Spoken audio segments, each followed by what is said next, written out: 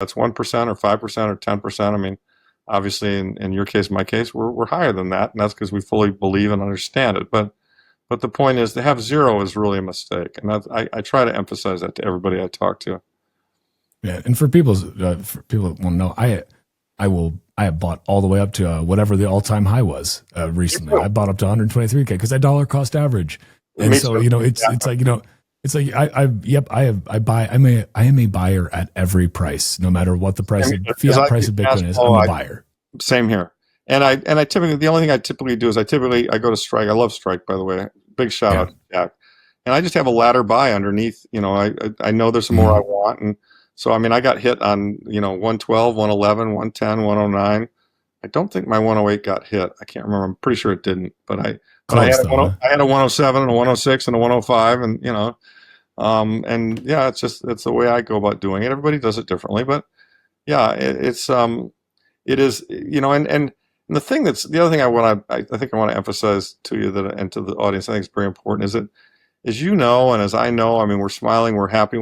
Once you cross over into this, once you really understand it, once you see where we're going, it's a very peaceful and nice existence. I mean, and there's a certain sense of calm and just positivity that emerges. I mean, Bitcoin changes you, and in my case, it really changed me because I remember my dad retiring with some money that most people would say that's a lot, but it really wasn't. It was modest, and I remember by the time he passed, it wasn't really, he'd run through it all, or it wasn't very much. He didn't live high or anything. It was just inflation had eaten it up, right? And I think I know many of these stories where somebody will have worked their whole life, they'll be 65 years old, maybe their house is paid for, maybe they have decent savings, but they think, I can't really stop working because I don't know if I have enough.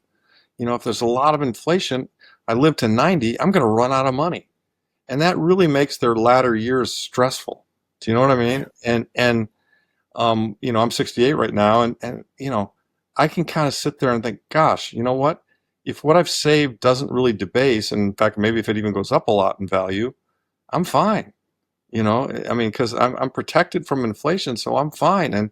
And maybe I can relax a little bit. I don't have to have that existential fear of running out of money. And I think a lot of human beings have an existential fear of running out of money, and understandably so. It's no fun to think about being poor, and so that's why they just keep working themselves. In fact, I saw something on one of the networks this morning. I talked about, a lot of people are saying, they're basically going to work until they drop because they really don't have much choice. And I find that sad. I mean, I think it's, one would think that after a lifetime of hard work, if you live somewhat responsibly, you might be able to take some time to enjoy it with your grandkids or traveling, or, not, you don't want to be a greeter at Walmart when you're 80 years old. But, sadly, that doesn't happen for some people. Well, I think fiat, one of the really insidious and sick things that it has done is it has taken so much of the dignity out of life. Yeah. It has taken the dignity away from people where you used to be able, and you should be able to put in an honest day's work.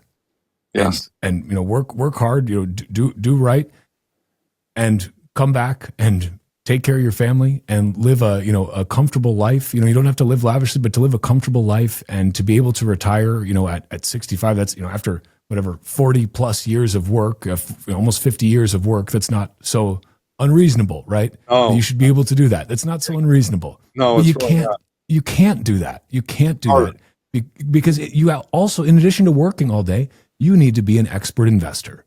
You need to figure and a gambler and a speculator and everything else. And it's insane. Yeah, it is insane. Yeah, and there are so many scams out there, and there are lots of ways to lose money, and it's actually very, very hard. It's very, very hard. I mean, and so for that, as well as a multitude of other reasons. I mean, I think Bitcoin will defund war, and I think Bitcoin will defund the government, in a lot of ways. And, we need a government. We need, I don't want to live in an anarchy. I want, I think the original premise of the founding fathers of the country, and women too, is that we'd have a fair set of rules. And, I want the government to enforce the laws and have courts and have police officers and defend us insofar as we have legitimate overseas threats. I don't think there are many of those out there, but we've invented a lot that we pretend are.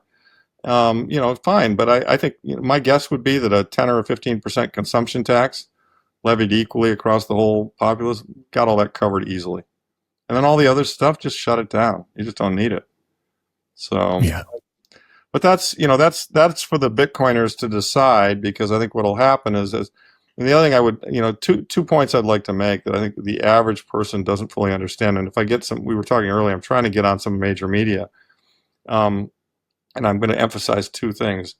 One, I think that inflation is going to really be the story of this decade, and I think people are underestimating the size of that risk, and they need to be much more aware of the size of that risk. It's about to get worse, in my opinion.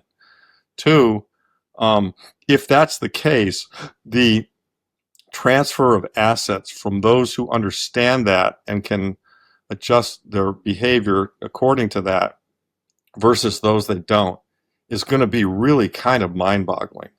I mean, you're going to really, in 10 or 15 or 20 years, just like who went to work in tech and was an early employee at Microsoft or Google or whatever it might be, you're going to know in 10 or 15 years who understood sound money and saved in things that couldn't be debased, and you're going to know who didn't, because they're financially going to be in much worse shape. And to me, the transfer, the wealth transfer is going to be really significant.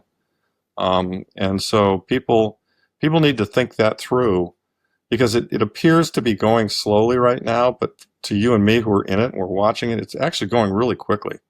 It's happening fast. I mean, we're going to be at $200,000 Bitcoin, probably sometime tail end of next year. I mean, it's pretty amazing what's happening. And in turn, if you think these prices are bad at the grocery store, hang on to your hat. I mean, sadly, I think it's going to get worse. I mean, I don't know, the whole pricing thing. I'm turning into my grandfather. I had a grandfather who's from Maine. He was very conservative. He was very cheap. And everywhere he went, he complained about prices. I mean, everywhere. We'd go to a restaurant. He'd get a bowl of soup. It was 50 cents. He was bitching. This used to be a quarter. Yeah. So, and he was right. He was right. Yeah. I'm turning into that guy. I'm turning cranky old guy who bitches about prices. But frankly, we're all going to be cranky old. Not old. We're all going to be cranky and bitching about prices if they keep printing the way they're printing.